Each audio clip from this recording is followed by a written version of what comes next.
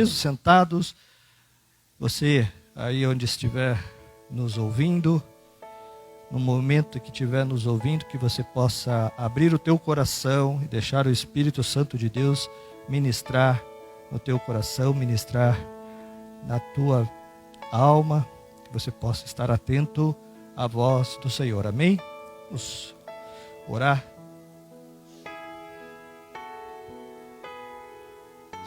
Amém. Pai, em nome de Jesus, graça te damos, graça te damos. Obrigado, Deus. Obrigado, Pai. Acalma, Senhor, nesta hora, nossos corações. Faz cessar, Senhor, todas as guerras. Dá ordem aos teus anjos. Pai, que todo principado, toda potestade, hoste espiritual da maldade se sujeite à autoridade do nome de Cristo nessa hora, e toda a guerra nas nossas almas, nos nossos corações, cesse em nome de Jesus. Que nesse momento, Senhor, haja paz, haja paz, haja paz que vem do teu trono, em nome de Jesus. Senhor, que o Senhor amarre todo valente na nossa alma, nosso intelecto. Ah, Deus, que o Senhor continue, Senhor, a guardar e a cercar os nossos corações. Aleluia. Em nome de Jesus. Em nome de Jesus. Ministra aos nossos corações. Fala às nossas vidas. Nós te pedimos e te agradecemos em nome de Jesus Cristo. Amém. Amém. Aleluia. Vou abrir a palavra do Senhor no livro de Hebreus. Amém?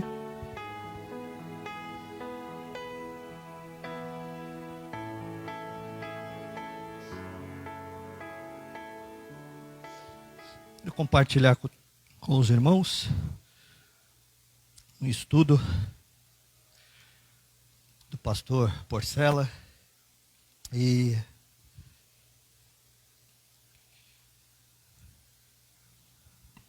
algumas outras meditações da palavra do Senhor que possa falar aos nossos corações. Amém? Amém? Você pode abrir aí? Cartas aos Hebreus, capítulo 2, versículo 1 a 3. Diz assim: por isso convém atentarmos mais diligentemente para as coisas que ouvimos, para que em tempo algum nos desviemos dela. Não desviemos dela.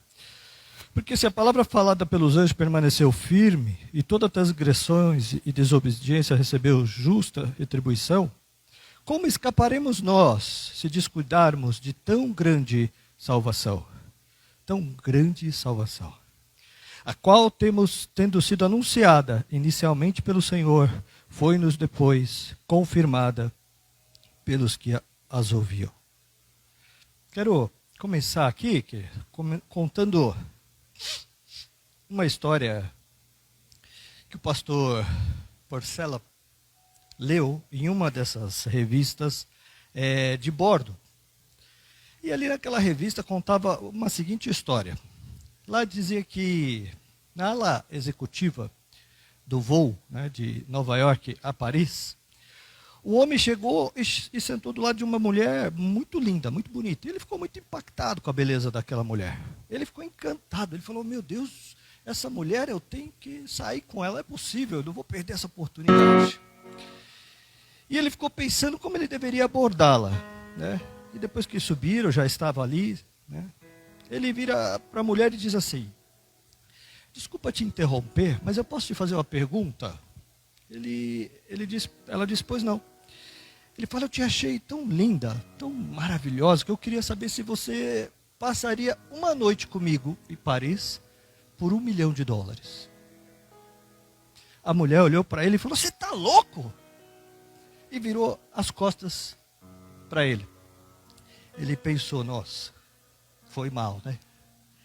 Aí passou algum tempo, a mulher volta para ele e falou: escuta, você falou sério mesmo? Você seria capaz de me pagar $1 milhão? Ele falou, seria, você é linda, eu tenho dinheiro. Para mim, dinheiro não é problema. Se você topar, o negócio está fechado. Ela falou, olha, pensando bem, você é um cara simpático, bacana, bonito, né? É $1 milhão. Tá tudo certo. Então combinaram que quando chegasse em Paris, já iam direto para o hotel.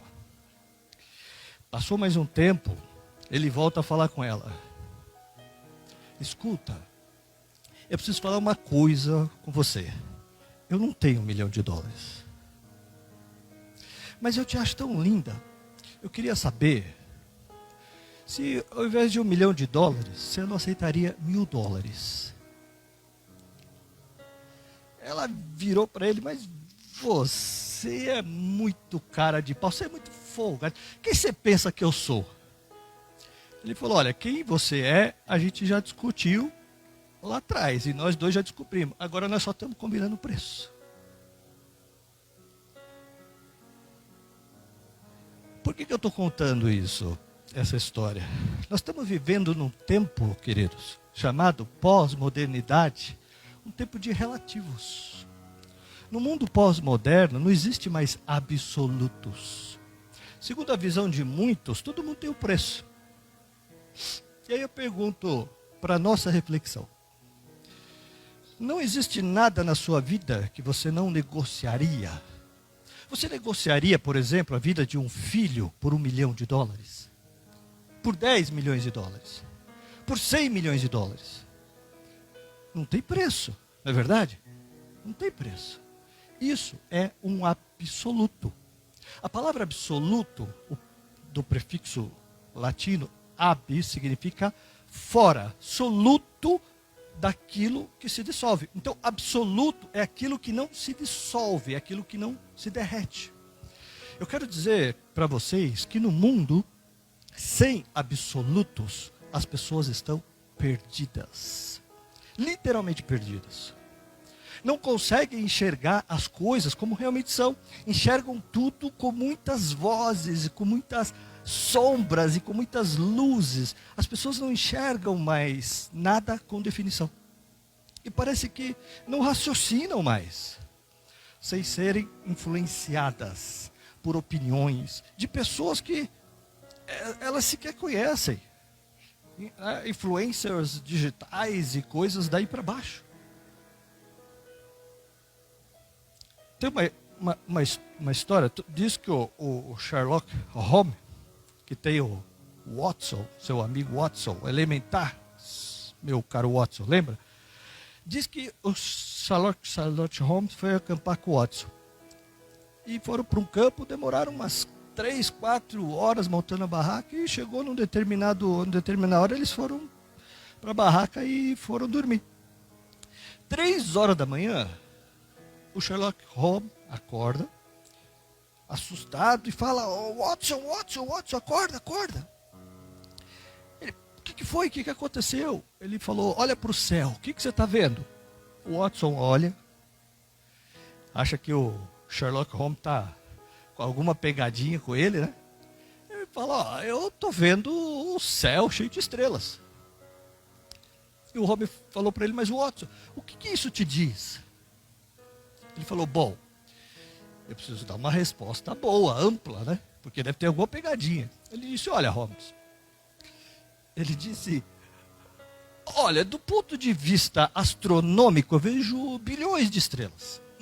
E bilhões de planetas. Do ponto de vista meteorológico, eu digo que amanhã vai fazer sol, porque o céu está limpo. Do ponto de vista teológico, eu vejo que Deus é tão grande e a gente é tão pequeno. E aí ele vira para o Holmes e disse, e você, Holmes, o que isso diz para você? O Sherlock olhou para ele e disse, Watson, seu idiota, isso diz que alguém roubou nossa barraca. Ele estava vendo as estrelas. No mundo de tantas visões, de tantos relativos, as pessoas já não conseguem enxergar a verdade pura e simples.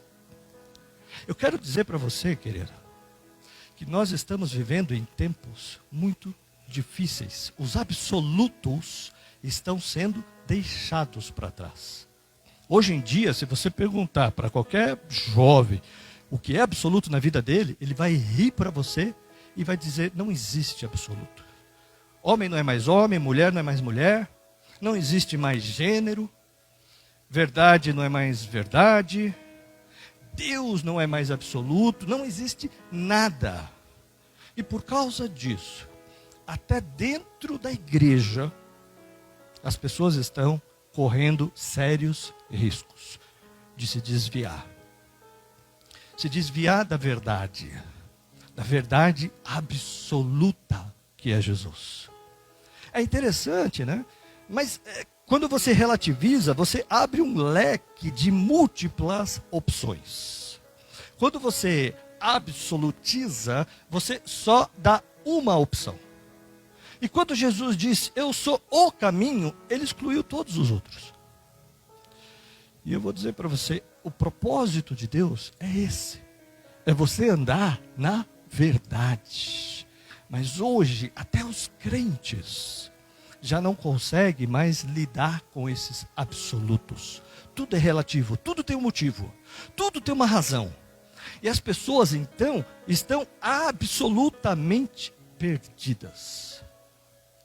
O autor de Hebreus, quando ele escreve essa carta, ele alterna declarações lindas de exaltação a Cristo, com advertências sérias a respeito do desvio.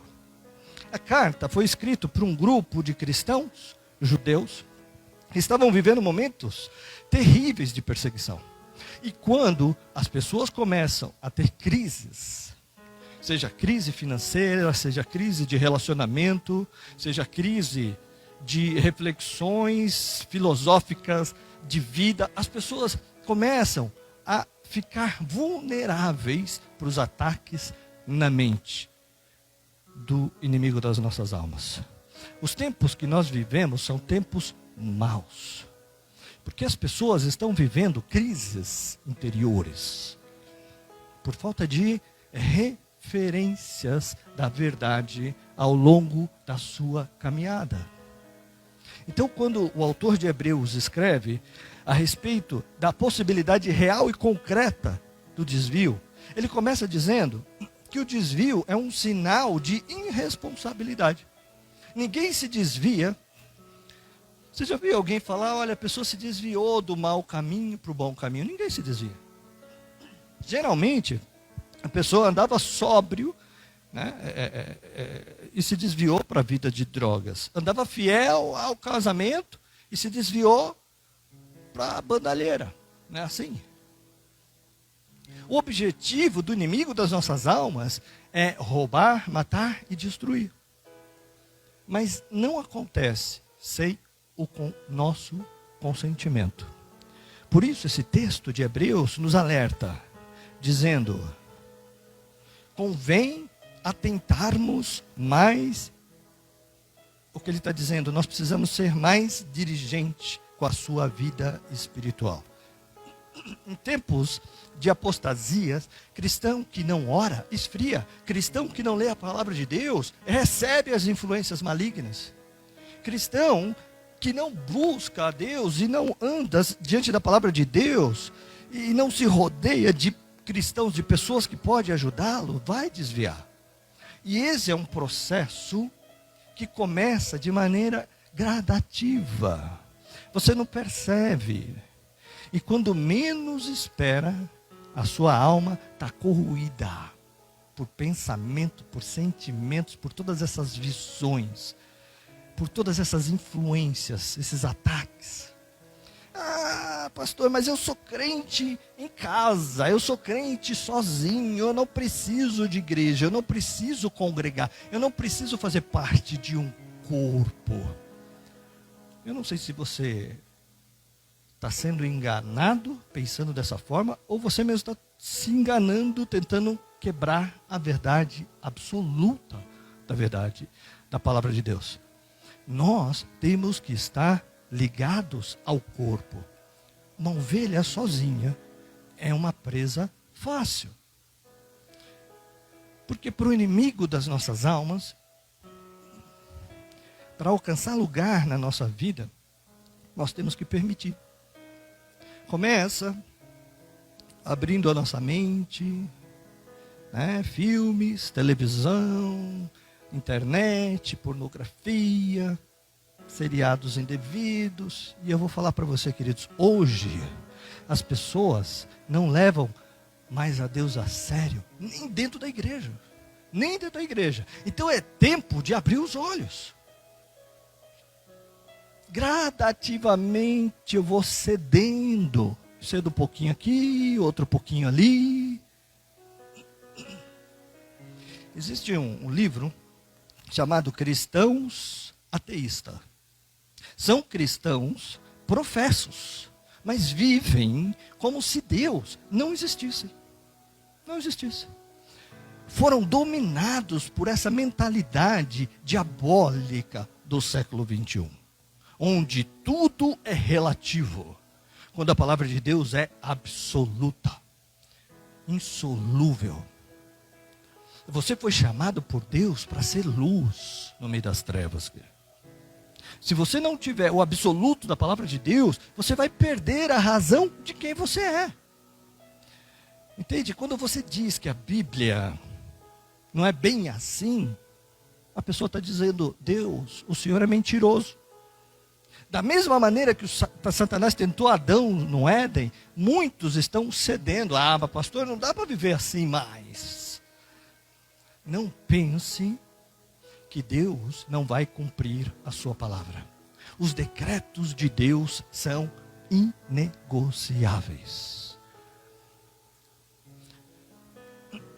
Um operário de uma fábrica, ele cuidava do ponto do relógio. O problema é que o relógio da fábrica estava atrasando, estava desregulado. Então o que ele fazia? Ele era o responsável para as pessoas chegarem na hora e saírem na hora. Então todos os dias ele ia até uma loja que tinha mais ou menos uns 2 quarteirões dali, e ele olhava para o relógio que estava na vitrine. Marcava a hora, ele contava os minutinhos e acertava o relógio. Todos os dias ele fazia isso. Um dia o dono da loja falou: escuta, por que você vem aqui todo dia, fica olhando e não entra na loja? Né? Aí ele falou: desculpa, eu não venho para comprar. Eu sou o responsável pelo ponto na fábrica e o relógio lá está quebrado. Então eu venho aqui para acertar o relógio. E aí eu acerto, vejo a hora e vou para lá. Aí ele falou: então nós estamos com um problema, porque esse relógio também está quebrado. Eu vou lá na fábrica e vejo que hora que está o relógio lá e acerto o meu aqui. Eu acho que essa história explica bem o que é o mundo onde as pessoas são autorreferências, onde as verdades que norteiam as nossas vidas são verdades próprias.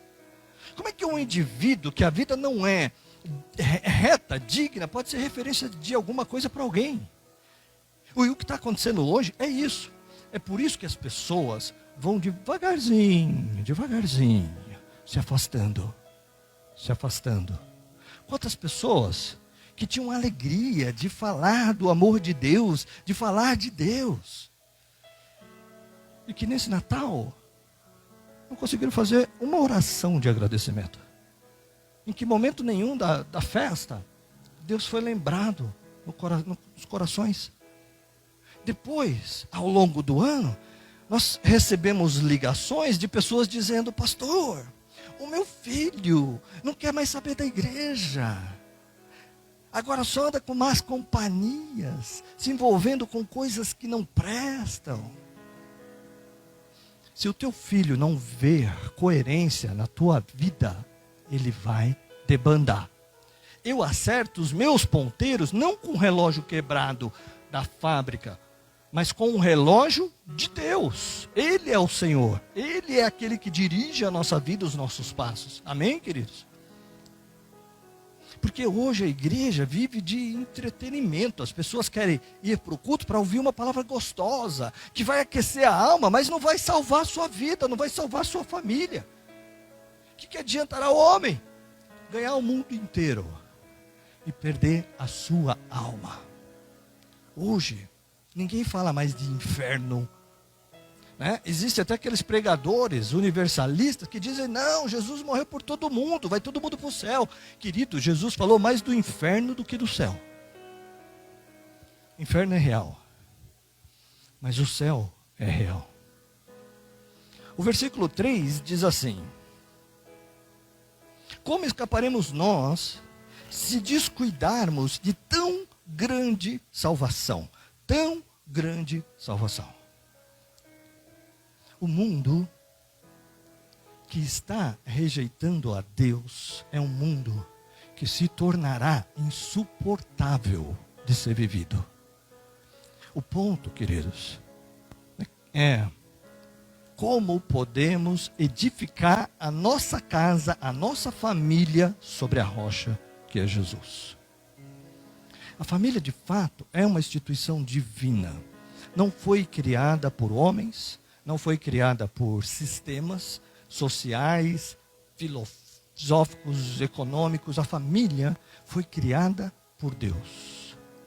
Mas a verdade é que hoje o mundo está lutando contra a família. A família recebe ataques de todas as maneiras. Ataques ideológicos, ataques psicológicos, ataques sociais. A própria estrutura da sociedade hoje é contrária à família. Ela existe de maneira para separar a família e não para promover. A família é um lugar onde nós encontramos aconchego, né? Sentimento de pertencimento, onde encontramos proteção, onde encontramos amor. Mas quem é que defende a família nos dias de hoje? Quem pode proteger a família contra esse avanço maligno, contra o inferno que se levanta contra ela? E a resposta está na igreja. A primeira verdade é o próprio significado da palavra igreja. Igreja no grego é eclesia. Eclesia significa uma assembleia de pessoas, uma reunião de pessoas. Portanto, ainda que haja o contexto de igreja espiritual, a igreja, ela precisa ser um ajuntamento de pessoas com o Espírito Santo. A Bíblia diz que Deus mandou Jesus para nos salvar. Mas quando Jesus volta para a presença de Deus, ele deixa na terra a igreja. Uma reunião de pessoas, que foi o Senhor que criou. A igreja é de Jesus e de ninguém mais. Por isso, quando alguém ataca a igreja, está atacando a igreja que é de Jesus. Quando você ataca a igreja, você não está atacando pessoas, você está atacando uma instituição que Jesus criou. E se ele criou, é porque é importante. E se é importante, Jesus disse que é importante, então é fundamental. Hoje nós temos no Brasil aproximadamente 12 milhões de pessoas chamadas cristãs, que são chamadas desigrejadas, porque acreditam que podem viver um cristianismo pleno sem vir à igreja, sem participar da igreja, sem fazer parte da igreja. Isso é um grande engano, queridos. A igreja é fundamental, ela não é opcional. Eu não conheço uma pessoa fora da igreja que esteja vivendo um cristianismo pleno. Eu não conheço uma pessoa fora da igreja que esteja crescendo espiritualmente. Todos que se distanciam da igreja começam a minguar, a enfraquecer, e muitos podem até morrer. Foi o testemunho que a Tânia acabou de dar aqui, né? É isso que o inimigo faz, tentar tirar a nossa família da igreja, instituída por Deus. Ah, não, pastor. Não, eu não preciso da igreja para guardar a minha fé. Então escuta até o final.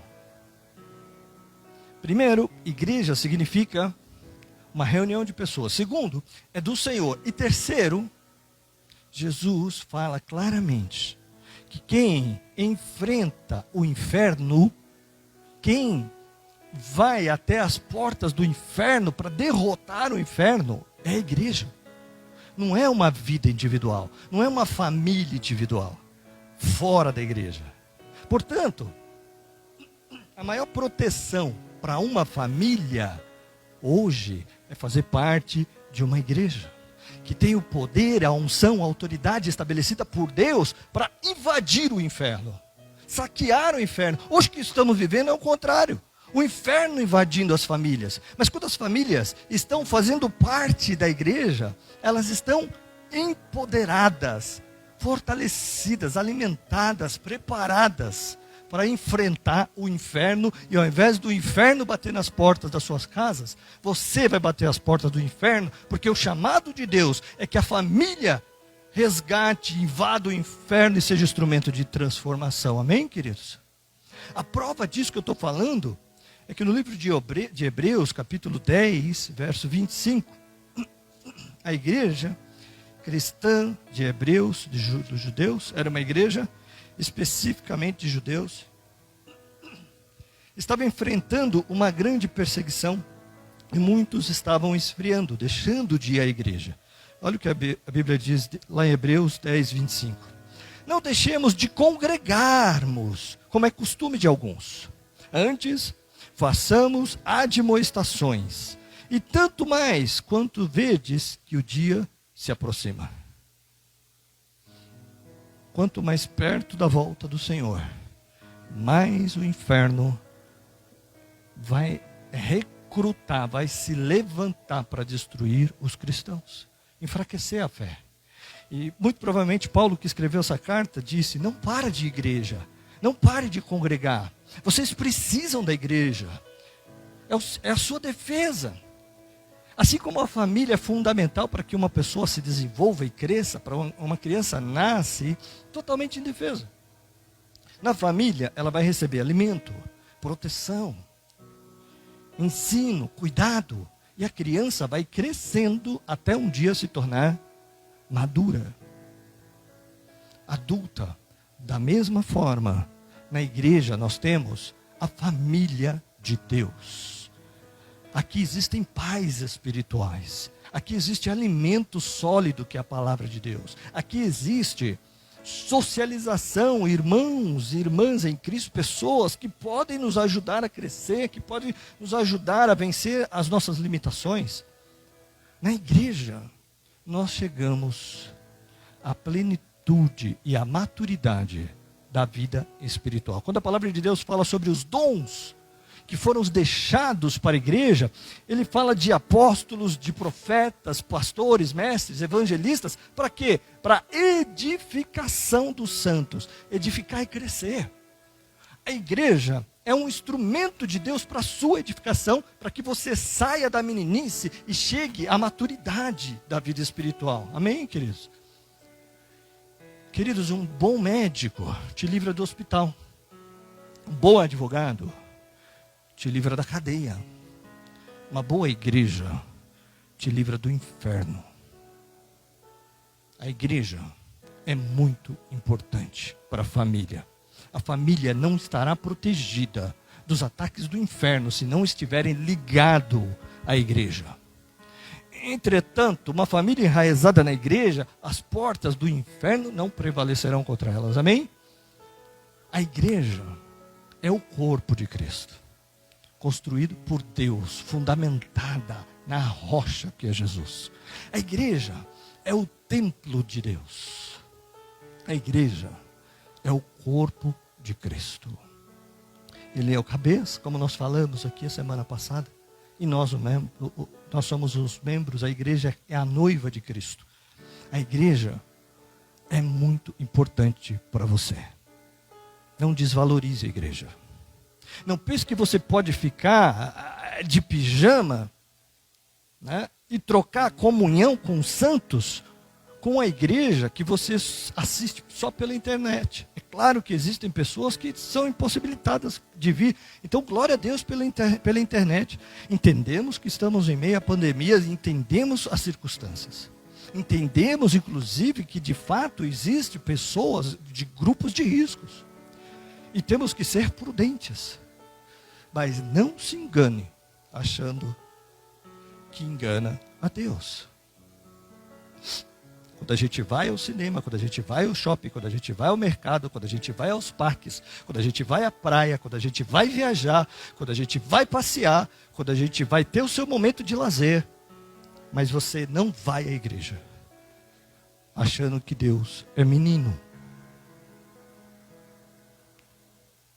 O ponto é que enquanto isso, o inimigo está conseguindo o que ele quer. Esse é o problema. Minar a sua família. Quando seus filhos não ouvem mais de Deus, mas passam 12 horas com os olhos vidrados na tela do celular. Quando os nossos maridos e esposas não são mais impactados pela atmosfera espiritual que existe no ajuntamento dos santos, quando nós nos reunimos para adorar a Deus. Não estão sendo mais tocados pela unção que é derramada pela sua igreja, quando nós nos reunimos. Essa tem sido a grande arma do inimigo para destruir a sua família, enquanto a gente segue feliz. Mas é evidente que nós não estamos nos referindo unicamente a esse momento que estamos vivendo de pandemia. Não é disso que nós estamos falando, mas há pessoas que têm deixado a sua mentalidade ser influenciada por todos esses sofismas do inimigo. Contudo, glória a Deus pela internet. Mas ouvir a palavra simplesmente não é tudo. Aqui existe uma unção, aqui existe um poder sobrenatural para quebrar as cadeias do inferno, para abençoar a tua vida, para alegrar a nossa alma. Amém, queridos? É por isso que nós congregamos. Então a primeira transformação que existe na igreja é a transformação de vida. E em Mateus 16, versículo 3 em diante, nós temos a transformação na vida de Pedro. Jesus faz uma pergunta aparentemente inocente. O que as pessoas estão falando de mim? A gente sempre quer saber, né? O que as pessoas estão falando da gente? E aí os discípulos começaram a falar, uns dizem que é João Batista, outros dizem que é Elias, outros dizem que é Jeremias, outros profetas, mas tudo bem, mas e vocês, o que dizem? E os discípulos se calaram. Naquele momento, Pedro tem uma revelação. Ele diz, tu és o Messias, tu és o Cristo, né? Como está na nossa versão. Então Jesus diz, bem-aventurado Simão Bar-Jonas, porque não foi a carne nem o sangue que te revelaram, mas o meu Pai dos céus. Em seguida, o que ele diz? Ele diz assim, Simão, você era fraco como areia, mas agora você é duro e forte como uma rocha. E aí ele diz em seguida, por isso você não é mais Simão, fraco como areia, você é duro como a rocha, você é Pedro, e muitas outras pedras como você, Simão, se juntarão, e as portas do inferno não prevalecerão contra a minha igreja. Foi o Senhor que disse isso. O lugar onde as pessoas são transformadas de pessoas fracas, de presas fáceis para o inimigo, em pessoas firmes, impenetráveis, imbatíveis, é na igreja do Senhor. Aqui existe o poder de transformação. É na igreja do Senhor que essas coisas acontecem, que aconteceu com Pedro. Não é na nossa casa, não é na escola, é na igreja. A verdade, queridos, é que hoje as pessoas estão trocando o ensinamento da igreja pelos ensinamentos da escola, que são ensinamentos anticristãos. Nós vivemos na era do anticristo, porque hoje não se ensina mais os princípios de ética, de moral. Hoje as nossas escolas ridicularizam, abominam, e são literalmente homens e mulheres colocados pelo inferno para tirar as pessoas de Deus daqueles lugares, para lançar incredulidade, dúvida na mente das pessoas. Quem protege a nossa família, queridos, desses ensinamentos errados, é a igreja. Porque na igreja as pessoas são transformadas. E são transformadas e fortalecidas de tal maneira que, ao invés de serem aculturadas pelo mundo, elas se tornam luz do mundo. Luz nas trevas, sal da terra. Então, no diálogo que nós lemos com Jesus, a gente percebe claramente que é na igreja e na revelação do Cristo que as pessoas serão transformadas. Por isso, queridos, a igreja não é um clube social. A igreja não é um lugar para reunião de amigos. É o corpo de Cristo, onde Ele é o cabeça e nós somos os membros com funções. Na igreja nós aprendemos sobre perdão, sobre o poder. Na igreja nós aprendemos sobre as promessas para o futuro. É na igreja que nós somos transformados e fortalecidos. É na igreja que o homem que andava em mentira deixa de andar em mentira. A igreja, portanto, queridos, é um instrumento fundamental para que a sua família consiga vencer todos os desafios. Amém? Os pecados, desafios financeiros, desafios psicológicos. Na igreja, nós nos transformamos em pessoas melhores. Queridos, pague o preço, faça força. Às vezes é longe, mas venha. Dá trabalho, às vezes vir. O único dia de folga. Traga o seu filho, ensina o seu filho num contexto da igreja, onde ele vai ouvir a palavra de Deus, onde ele vai partilhar da visão de pessoas que creem como ele, e você saberá que quando chegar a hora, ele vai se unir às pessoas certas, ele vai construir uma família de bem. Por quê? Porque a igreja protege a família, e as portas do inferno não prevalecerão contra ele. Amém? Eu quero te dizer uma coisa, querido.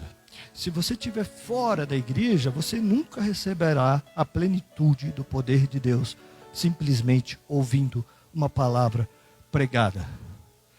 Procure uma igreja. Não existe igreja perfeita. Essa não é uma igreja perfeita. Mas a igreja, como conceito, é perfeita porque foi Deus que criou. Amém?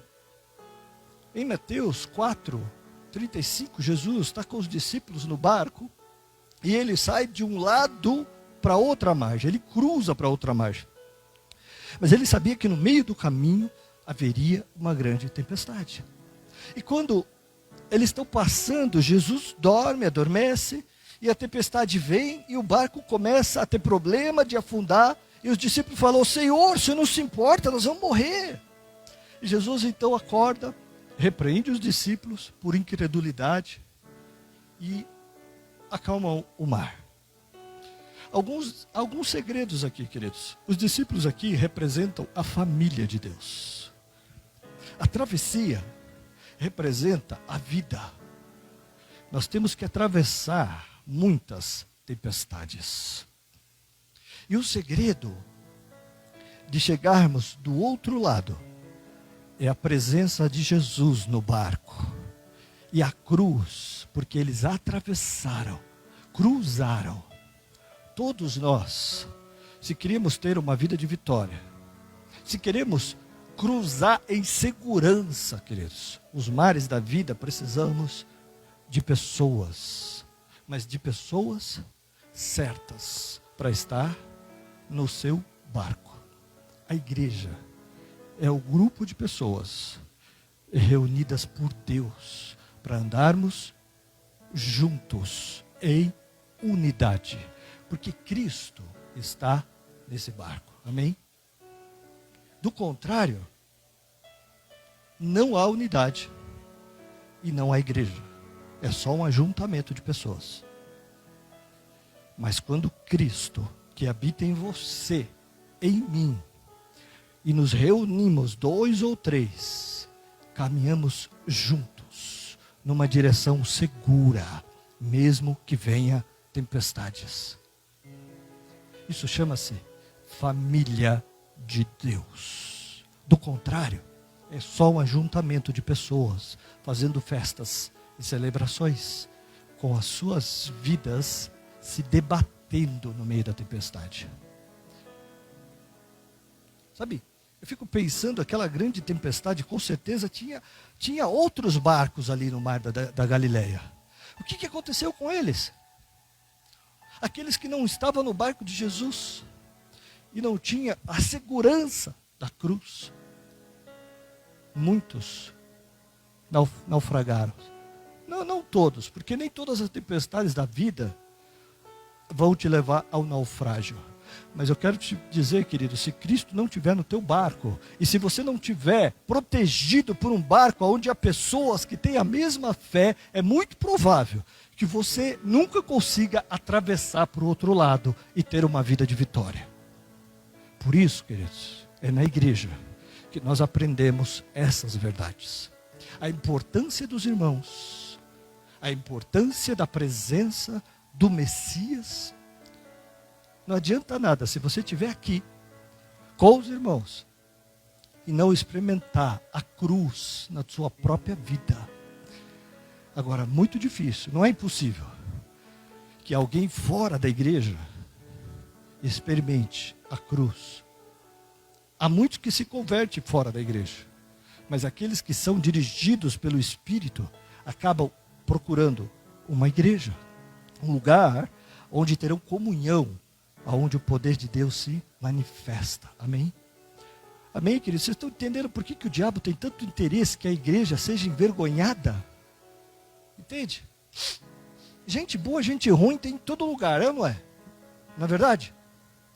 Mas você já viu alguém ser pego em algum, por exemplo, em algum problema de corrupção lá no Congresso e dizer assim, fulano de tal espírita, fulano de tal católico?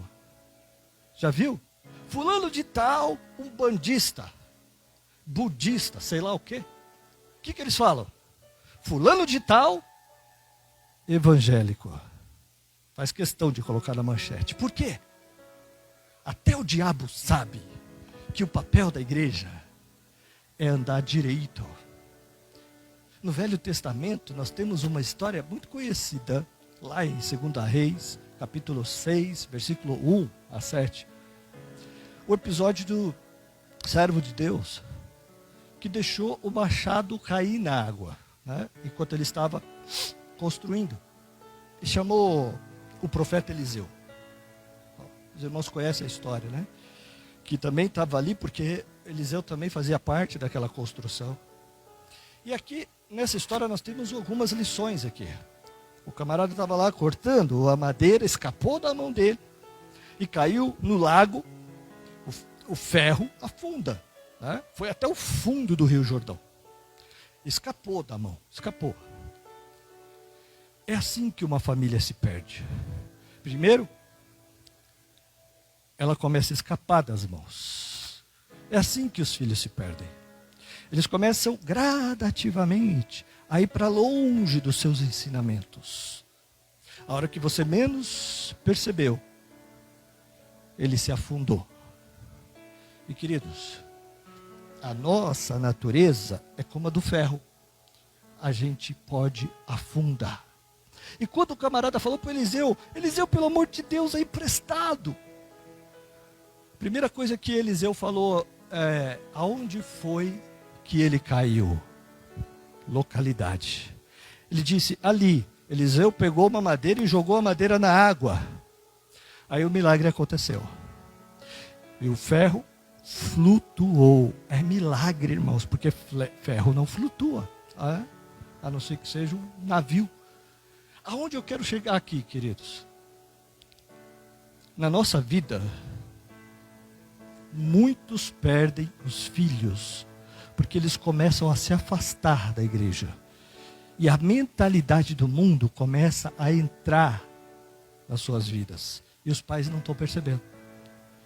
Depois que ele se libertou daqueles ensinamentos que ele recebeu e aderiu a outros, o caminho é afundar.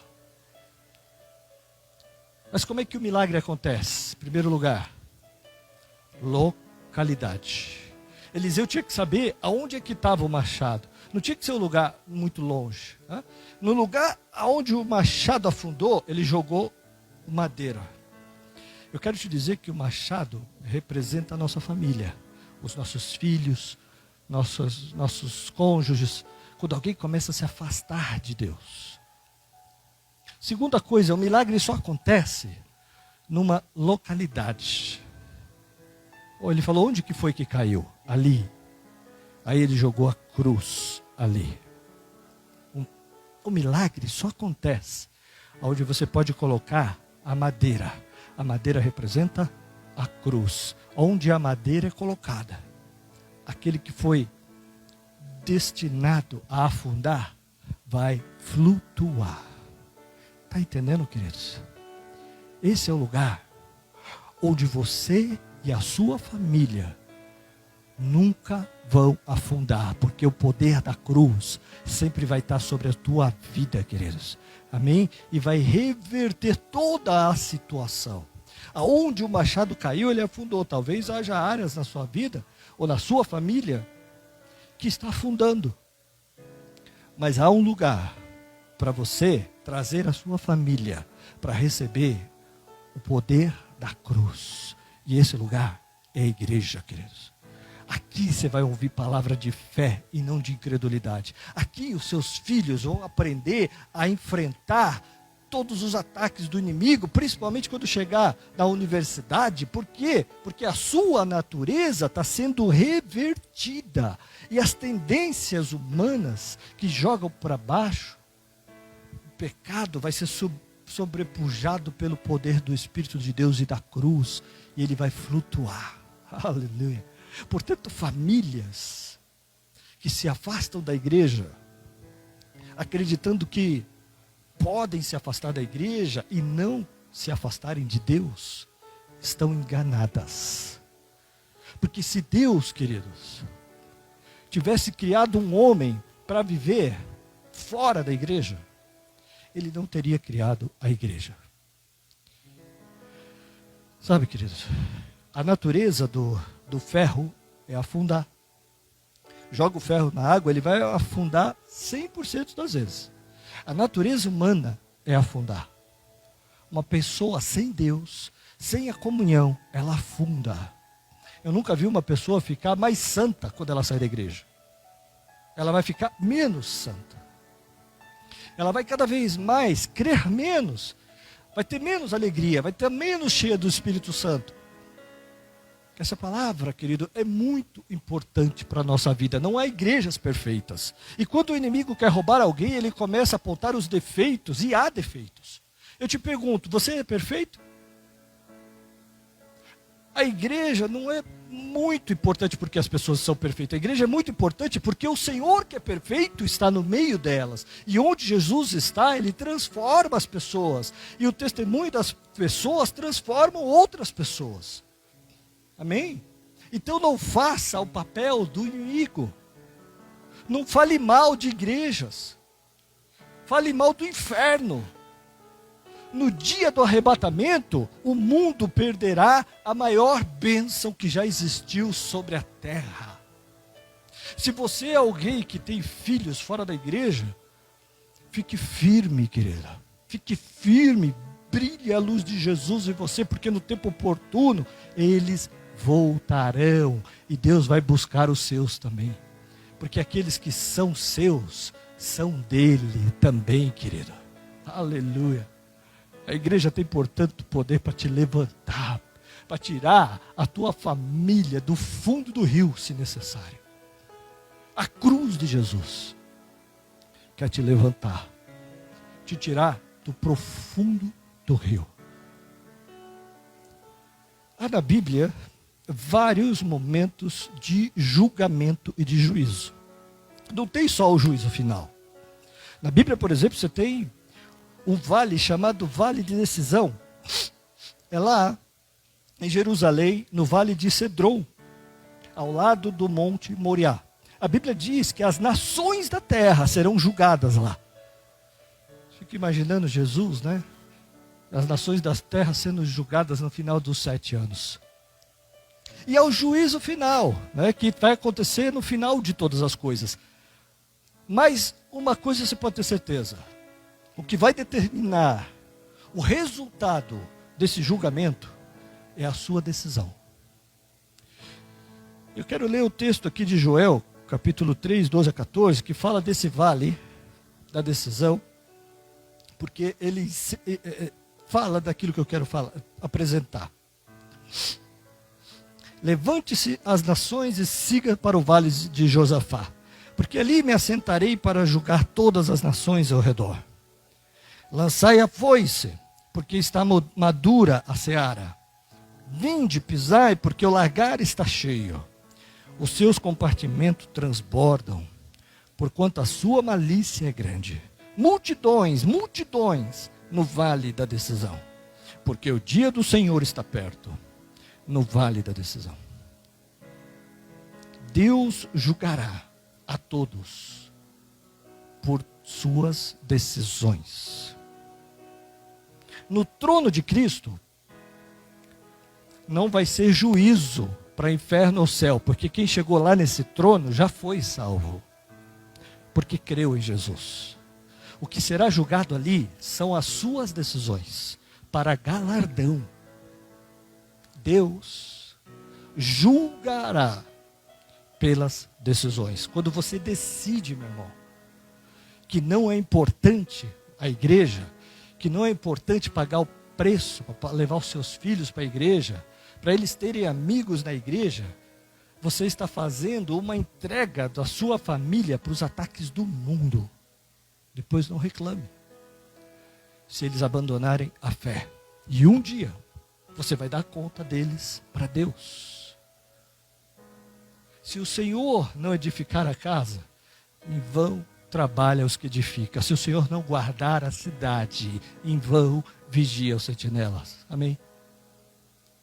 A igreja é o lugar onde a sua família vai ser protegida.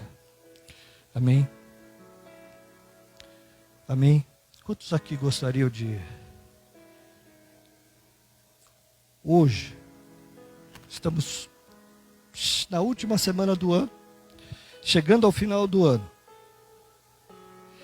E nós ficamos pensando, como será 2021? Será que será um ano melhor? Será que vai ser um ano melhor? Como será? Querido, posso te garantir uma coisa.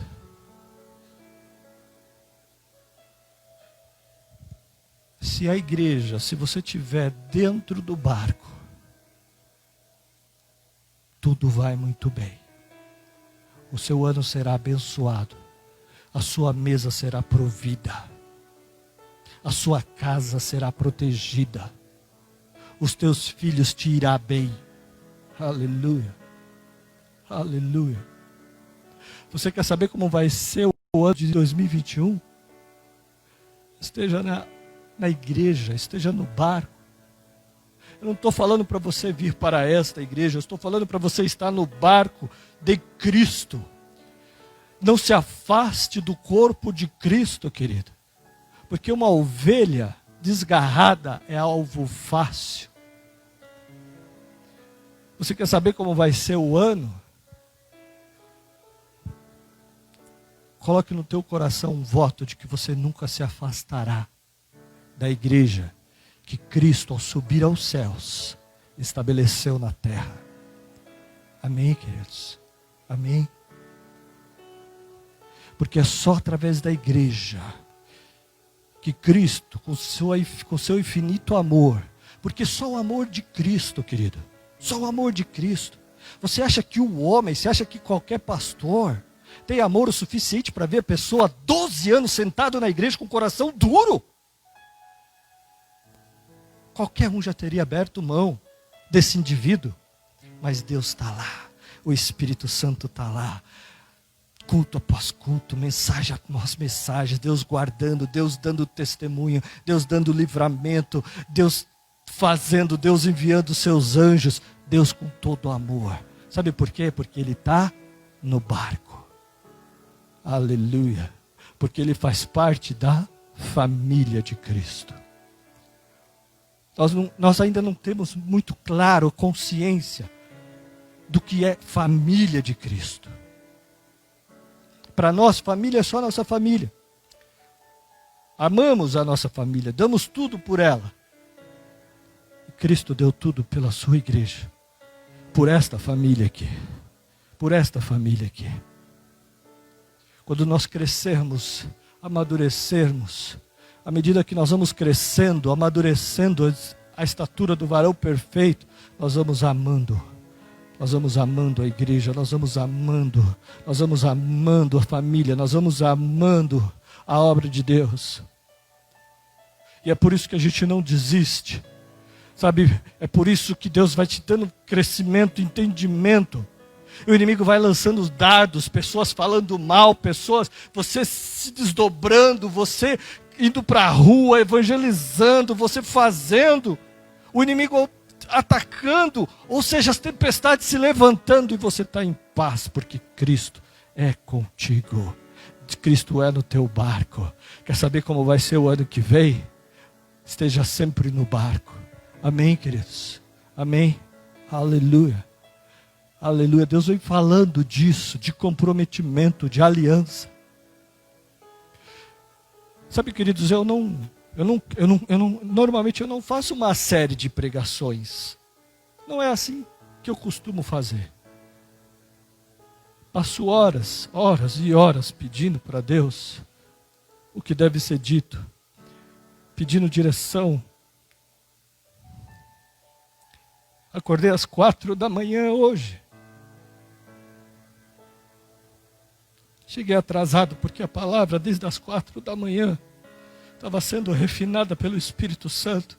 E Deus, nos últimos cultos, Deus vem falando de aliança, de compromisso, de corpo, de família. Eu não sei até quando Deus vai continuar. Sabe, às vezes nós precisamos tomar cuidado, porque às vezes Deus disciplina quando os filhos não são obedientes. E Deus vem falando disso. Compromisso com o corpo de Cristo. Compromisso com a aliança. Não fazer a obra de forma relaxada. E Deus vem falando cada vez mais. Nós assumimos um compromisso com a obra que Ele tem na sua vida e na minha vida. Amém, queridos? Quem tem ouvido, ouça.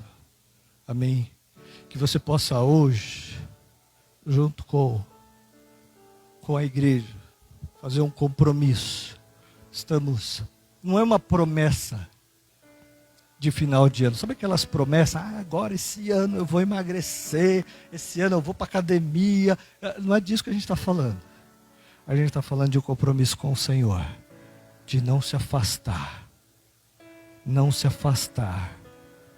da igreja de Cristo, não se afastar. Para onde irei eu, Senhor? Para onde irei eu, Senhor, se só Tu tens a vida eterna? Amém. Amém. Quantos estão dispostos no seu coração a fazer esse compromisso para o ano de 2021? Amém. Você quer ser abençoado, queridos? Amém? Você quer um ano abençoado? Esteja na casa do Pai. Esteja na casa do Pai. Não seja simplesmente herdeiro, mas desfrute da casa do Pai. Não fique longe do Pai. Aleluia. Amém? Amém? Você que quer fazer esse compromisso, amém? Fique em pé e faça esse compromisso no seu coração. Vamos orar juntos.